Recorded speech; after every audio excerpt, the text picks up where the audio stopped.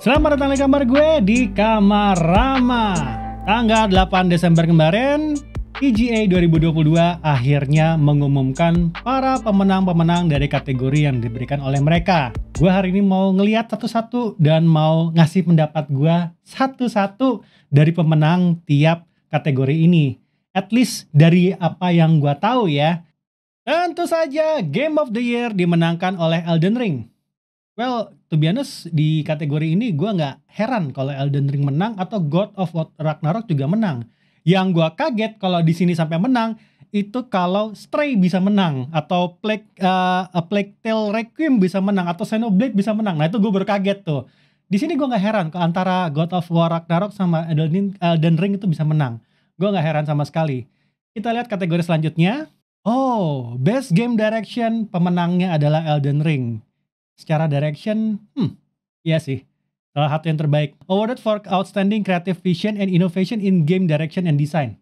Gue akuin Elden Ring menang ini fair and square menurut gue. Pasti agak susah untuk menentukan ini ya. Best Narrative for Outstanding Storytelling and Narrative Development in Game.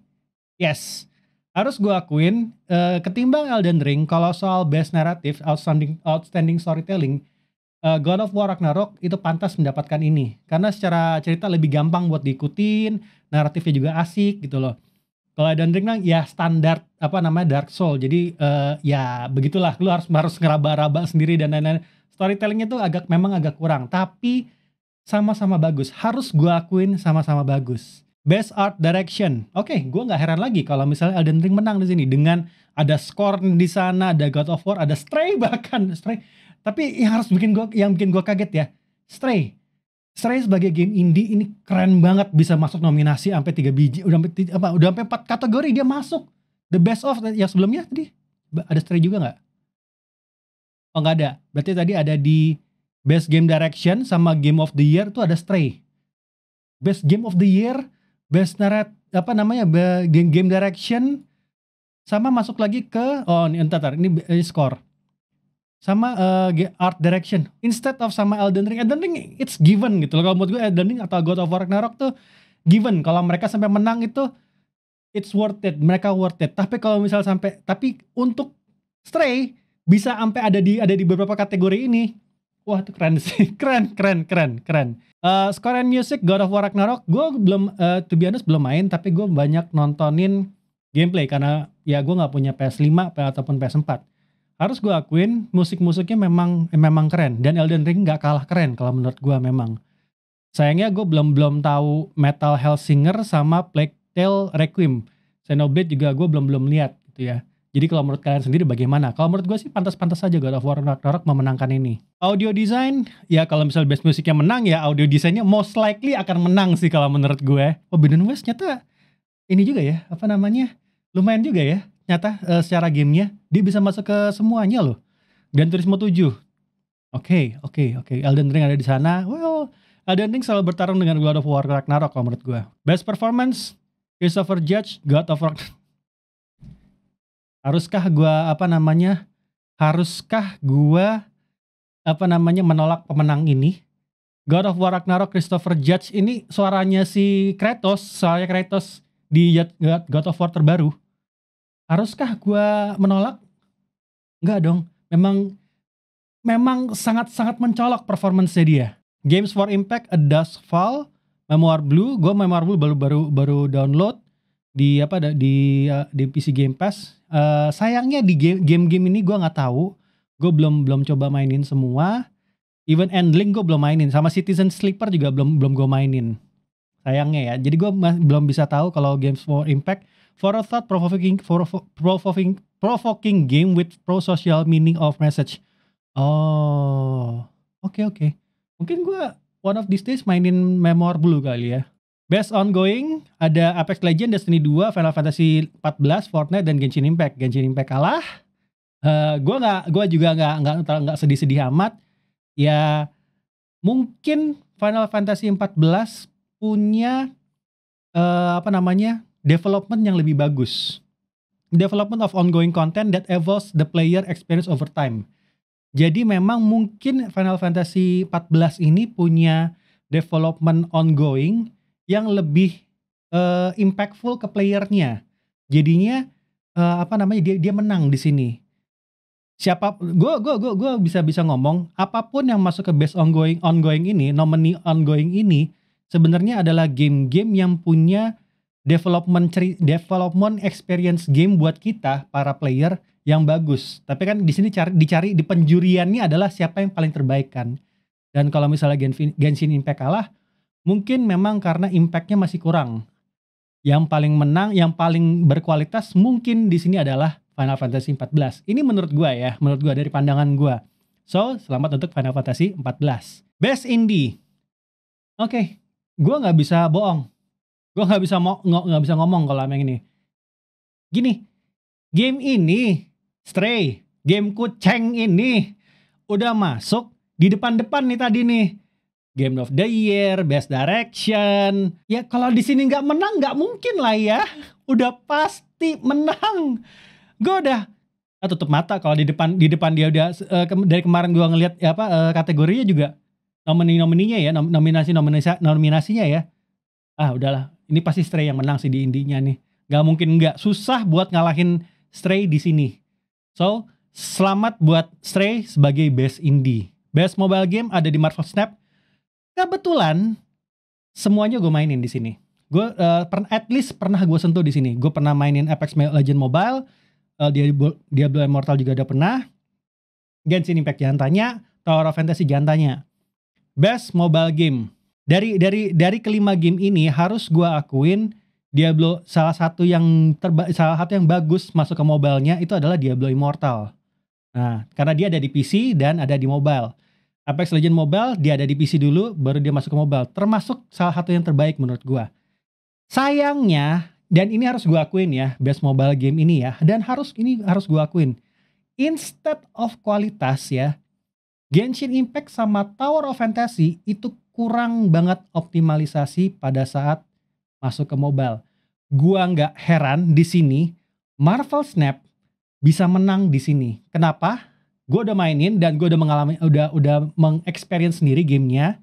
Marvel Snap itu adalah game mobile yang yang bagus. Dia sebentar mainnya, cuman TCG yang cuman sebentar mainnya, dipakai sama dimainkan oleh pengguna mobile itu ringan banget, snacking banget, dan fun. Sementara Genshin Impact dan Tower of Fantasy masih punya masalah optimalisasi, masih punya masalah dengan storage dan lain-lain. Ini juga yang kalau misalnya sampai Marvel Snap menang di sini, gua nggak heran sama sekali. Gua bisa, gua ngerti nih kenapa si Marvel Snap bisa menang. Karena yang lain-lain tuh masih punya masalah lalilu yang bikin experience bermainnya tuh kurang asik gitu loh sebenarnya. Jadi gua benar-benar nggak heran Marvel Snap di sini bisa menang. Main Marvel Snap itu sama aja kayak mainin TikTok. Serius. Kayak muter TikTok, lu main, lu nggak sempet salty, lu udah main lagi, jadi literally nggak sempet salty gitu loh, main, bener-bener snacking banget mainnya, snacking banget. Jadi kalau dia bisa menang di sini, gue nggak heran. Jadi selamat untuk Marvel Snap. Ini menurut gue ya, kalau untuk di mobile game, oke? Best Community Support, Final Fantasy 14. Oh, oke. Recognizing a game for outstanding community support, transparency, responsiveness, inclusive of social media activity, and game and up. Oh, oke. Berarti bagus ya responnya Final Fantasy 14 ya. Nice to know. Innovation in accessibility. Recognizing software or hardware that is pushing the medium forward by adding features, technology, and content to help games be played and enjoyed even wider audience. Accessibility, gue agak aneh sih kalau ini dimenangkan sama God of War Ragnarok. Lebih mikir Quarry sih sebenarnya, harusnya yang menang. Karena God of War Ragnarok masih eksklusif di PlayStation. Agak aneh kalau misalnya dia bisa menang di sini sebenarnya. Tapi, then again, mungkin pengertian gue bisa salah soal innovation in accessibility ini. Dan again, ya selamat buat God of War Ragnarok. Best VR AR. Moss Book 2. Sayangnya gue nggak punya AR, jadi gue nggak bisa ngomong terlalu banyak di sini. Best Action Game Bayonetta 3. Oke. Gue belum main Neon White, gue belum main Call of Duty Warfare 2, Sifu juga belum main, tapi Teenage Mutant Ninja Turtle gue udah main. For the best game in action genre, focus primarily on combat. Oh, combatnya yang difokusin. Bayonetta 3 menang. Oh, congrats Bayonetta, even so dengan permasalahan mereka kemarin ya. Best action adventure. Ya sudah lah ya. Ya sudah lah ya. Ya kalau dia sampai masuk nominasi ini, ya sudah lah ya. Best role playing. Again, ya sudah lah ya, kalau Elden Ring sudah masuk sini udah gak ada yang bisa ngalahin tahun ini Elden Ring, serius. Kalau dia udah masuk salah satu nominasi, most likely berantemnya cuma nama God of War. Best fighting, best fightingnya justru Multiversus.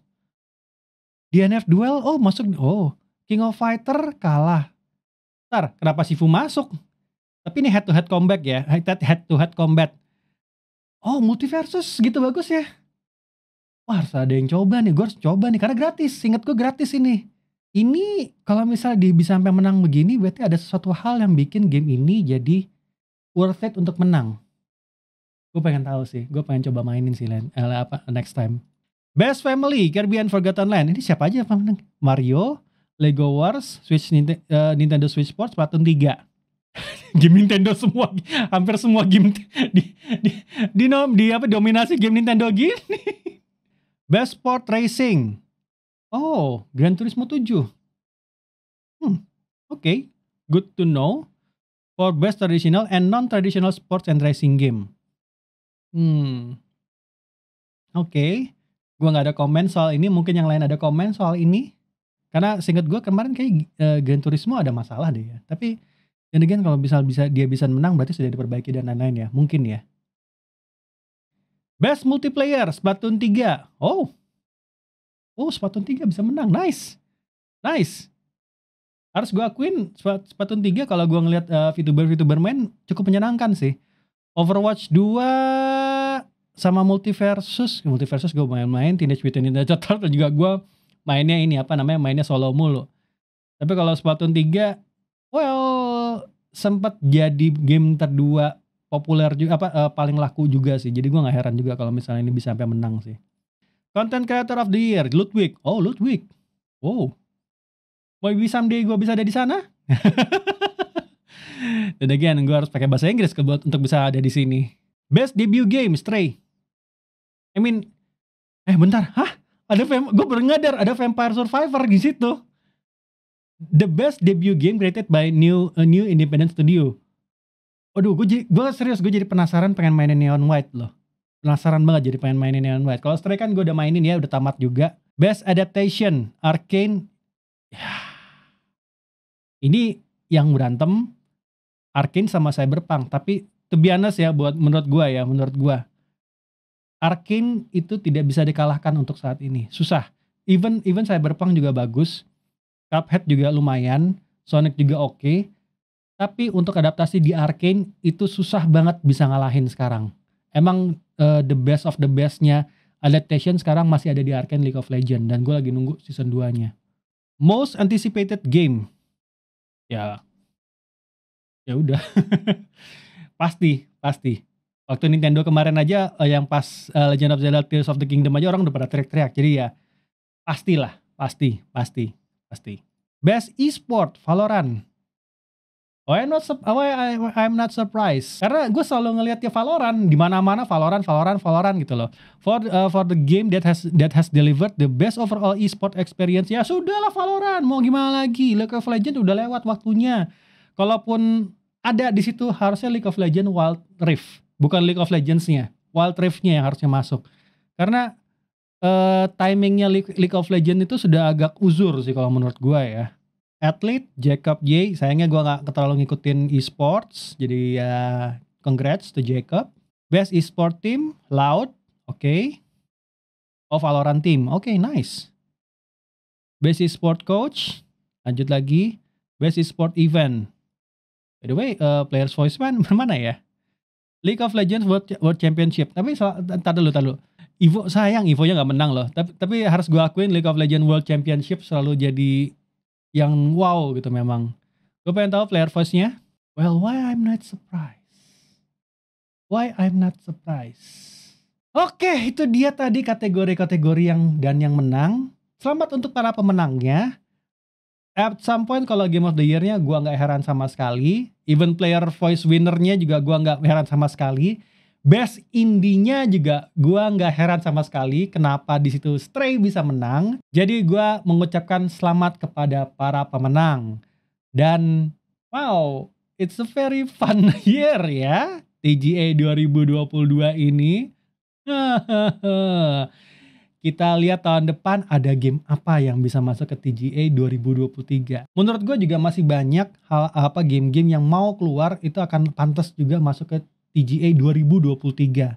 Gua nggak tahu apakah Genshin Impact akan masuk lagi ke nominasi 2023 karena harus gua akuin gamenya update terus, jadi experience mainnya akan terus ada gitu loh. Experience main barunya akan terus ada. Tinggal bagaimana Hoyoverse itu bisa mendirect game ini ke arah yang lebih baik. Itu aja sih kalau menurut gua. Bagaimana kalau pendapat kalian? Coba tulis kolom komen. Terima kasih sudah nonton Kamarama. Jangan lupa like and subscribe. Sampai jumpa di Kamarama selanjutnya.